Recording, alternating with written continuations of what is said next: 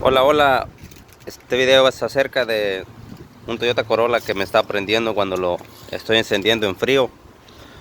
Voy a proceder con el encendido del carro para que tengan una idea cómo suena y luego explico. Préndelo. Ese es el ruido que nomás hace por 3 segundos. Estamos hablando de que es un ruido que Toyota Corolla 2009, ¿ok?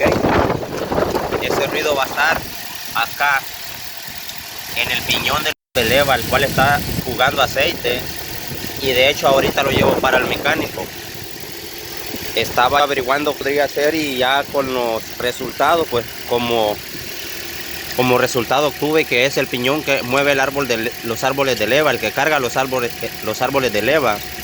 Entonces ahorita voy para el taller y voy a tratar de que me den el estimado, a ver cuánto me cobran. Si buscan en internet o en YouTube van a encontrar que es el piñón BBT.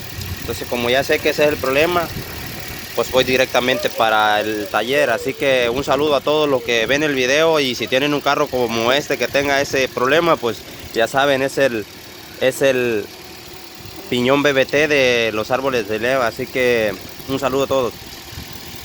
Dale like si te gustó el video.